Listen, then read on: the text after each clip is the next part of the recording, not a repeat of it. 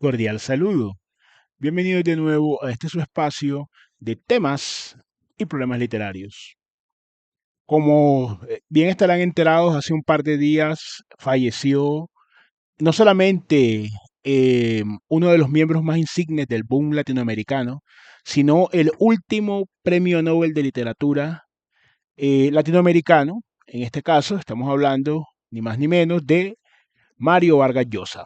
De manera que vamos a dar algunas pinceladas respecto de la obra de este autor, respecto a ciertos aspectos de su vida, su trabajo no solamente como escritor, sino como crítico y como teórico literario. Hay bastantes textos que recomendar, no sin antes decir y recordar que soy Sundiata Keita, escritor, miembro fundador del colectivo artístico Epísteme Colombia y su anfitrión en este su espacio.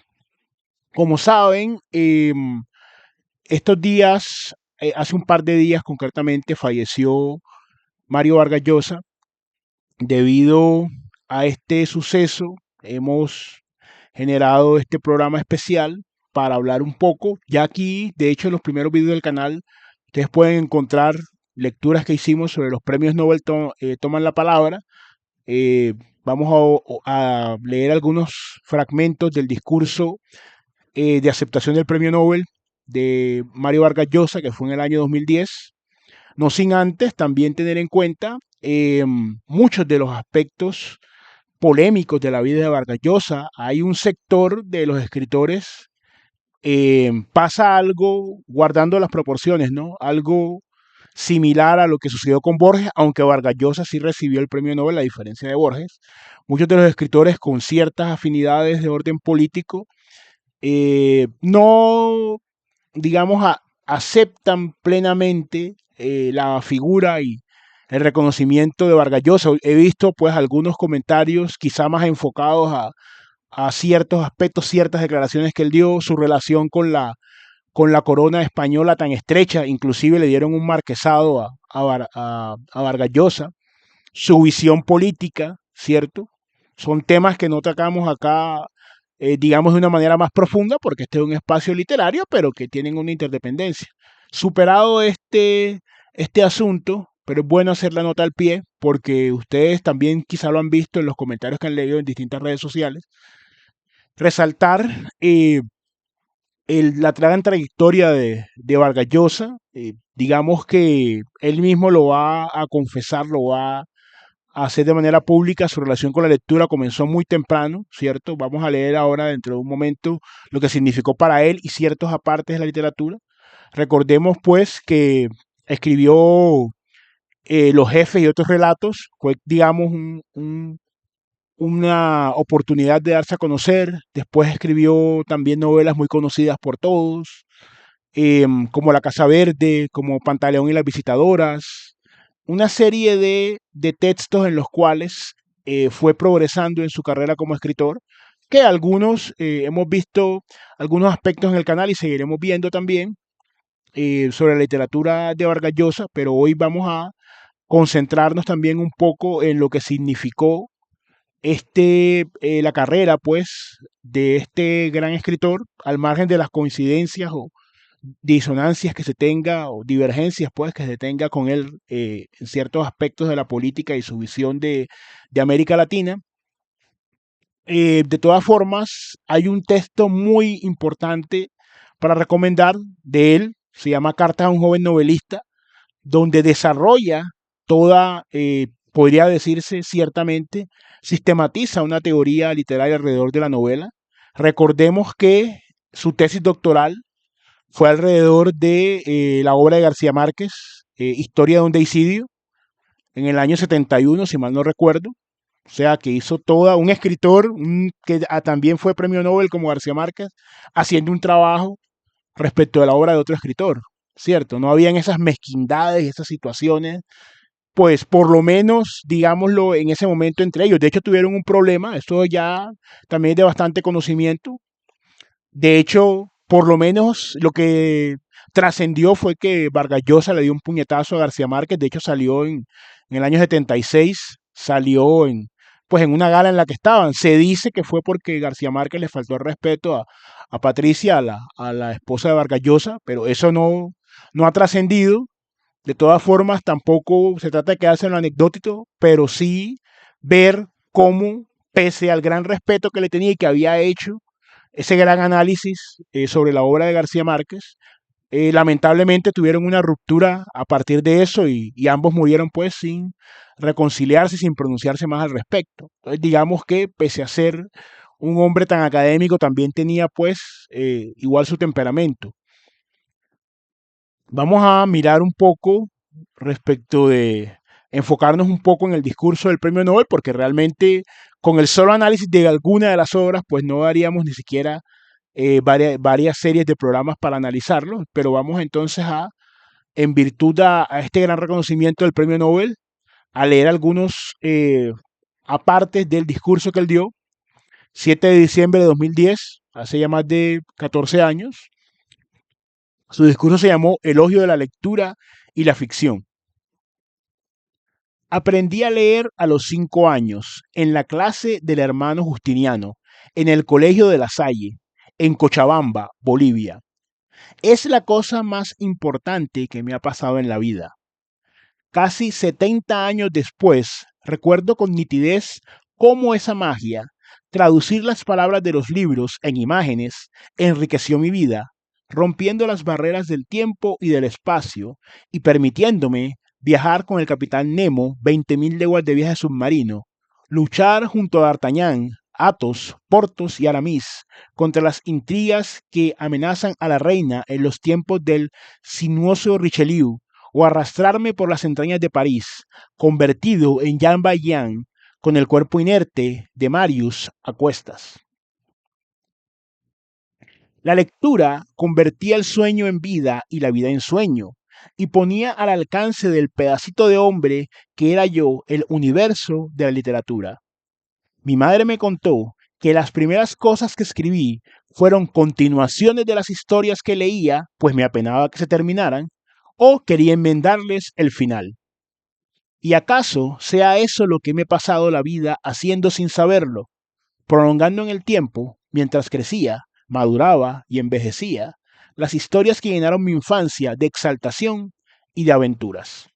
Vemos aquí cómo, pese a tocar una fibra muy íntima, muy sensible, recordar a su madre y a su tierna infancia a la edad de 5 años, digamos, el proceso de alfabetización, lo importante que es. Vargas Llosa hace énfasis también en aspectos literarios, en cómo su madre le comenta que a esa edad, realmente ya muy precoz, eh, de alguna forma se pronunciaba alrededor, lógicamente que de una manera intuitiva, vamos a decirlo así, pero se pronunciaba ya alrededor de los cuentos, ¿cierto? Ya fuera en labores de lo que él consideraba corrección o continuarlos, ese apego, ese amor por la lectura, teniendo en cuenta que ya la edad que tenía él cuando recibió el premio Nobel, que lo haya recordado de esa manera, creo que porque hemos leído diferentes inicios, pues, de cuando estuvimos viendo el texto de los premios Nobel tocan la palabra, y de todas formas, este no se queda únicamente en un sentimentalismo, sino que va más allá. Por eso lo que siempre hemos dicho, aún se ve, así como se ven sus obras, lógicamente, se ve también, aún en un discurso, cómo lo personal se va convirtiendo en literario en la medida en que logra ser universal, en que logra eh, trascender lo puramente anecdótico. Acá hay otro aspecto que queríamos resaltar, es un discurso, pues, sobre todo estos días se consigue mucho por la razón del fallecimiento de este escritor. Ustedes lo pueden buscar para leerlo completo, pero de todas maneras quisiera leer algunos fragmentos que me parecen especialmente interesantes. Vamos a continuar. No era fácil escribir historias. Al volverse palabras, los proyectos se marchitaban en el papel y las ideas e imágenes desfallecían. ¿Cómo reanimarlos? Por fortuna, allí estaban los maestros para aprender de ellos y seguir su ejemplo. Flaubert me enseñó que el talento es una disciplina tenaz y una larga paciencia. Faulkner, que es la forma, la escritura y la estructura, lo que engrandece o empobrece los temas. Martorell, Cervantes, Dickens, Balzac, Tolstoy, Conrad, Thomas Mann, que el número y la ambición son tan importantes en una novela como la destreza estilística y la estrategia narrativa. Sartre, que las palabras son actos y que una novela, una obra de teatro, un ensayo, comprometidos con la actualidad y las mejores opciones, pueden cambiar el curso de la historia. Camus y Orwell, que una literatura desprovista de moral es inhumana, y Malraux, que el heroísmo y la épica cabían en la actualidad tanto como en el tiempo de los argonautas, la Odisea y la Ilíada.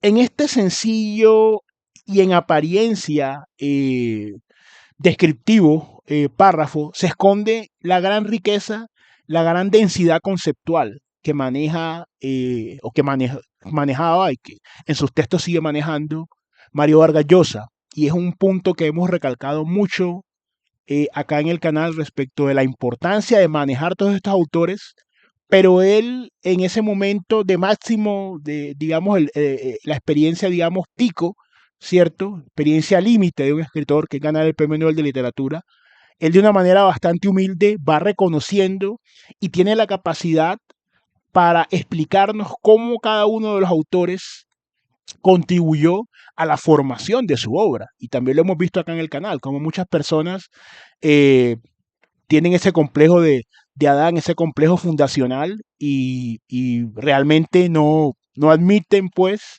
las deudas que todos los escritores tenemos con otros escritores. Ahora, sin que eso implique, por supuesto, irse al extremo opuesto del servilismo, pero reconocer cómo influye cada escritor y solamente con ese párrafo tendríamos para hacer varios programas, ¿cierto? De la intertextualidad y las influencias recíprocas, los hilos comunicantes que se dan entre los distintos escritores. Entonces es muy importante tener eso en cuenta e ir analizando la medida, pues, en lo que el tiempo nos permita, ciertos apartes, porque ella le habla de política, de la sociedad, de una serie de temas, pero vamos a o nos queremos centrar en ciertos aspectos, eh, pero dejándoles a ustedes, pues, como les digo, ese discurso del premio Nobel, pues, de hecho, varias páginas estos días han estado publicando el link y en The Nobel Prize ustedes entran y pueden buscar el discurso. Veamos otra de las cuestiones que estaba acá. Acá está el otro párrafo. La buena literatura tiende puentes entre gentes distintas y, haciéndolos gozar, sufrir o sorprendernos, nos une por debajo de las lenguas, creencias, usos, costumbres y prejuicios que nos separan.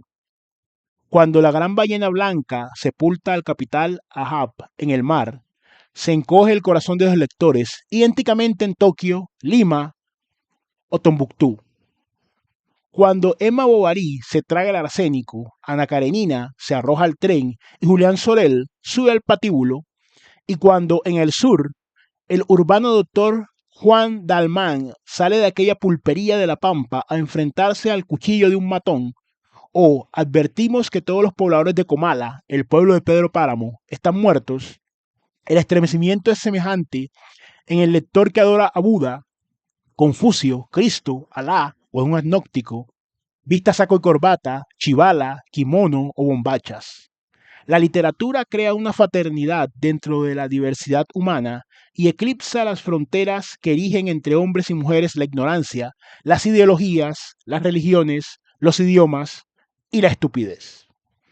Este también es un párrafo que merecería, por supuesto, y los invitamos a ustedes a hacer ese ejercicio, una reflexión muchísimo más extensa, porque por un lado nos está hablando evidentemente de cómo, y habla del poder de persuasión, que es uno de los conceptos que él maneja en Cartas a un joven novelista, eh, pues que donde hace pues su análisis y su crítica y teoría literaria de la novela y de la literatura. Realmente ese poder de persuasión, esa capacidad de capturar la atención, de convencernos de lo que estamos leyendo, es verosímil de acercarlo inclusive a una realidad inclusive sensible para nosotros. Por eso él pone esos magistrales ejemplos de estas grandes obras, ¿cierto? Como Moby Dick, como Rojo y Negro, como Madame Bovary, como las que sitúa allí. Y también remata diciendo, la fraternidad que se genera, usted tiene la posibilidad, por ejemplo, hoy, sobre todo con redes sociales, de conversar con escritores y después de que inclusive usted fuese un políglota o quizá hubiese alguna manera y los traductores automáticos evolucionaran hasta cierto nivel, por supuesto, usted podría conversar con personas inclusive de otra cultura. Entonces la literatura viene siendo un fenómeno, entonces, eh, em, por así decirlo, que es multicultural y al mismo tiempo es metacultural. Permea diferentes culturas y va más allá de las fronteras y de las culturas.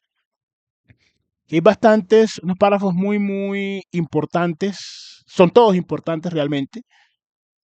Sin embargo, no vamos a leerlos todos. Vamos a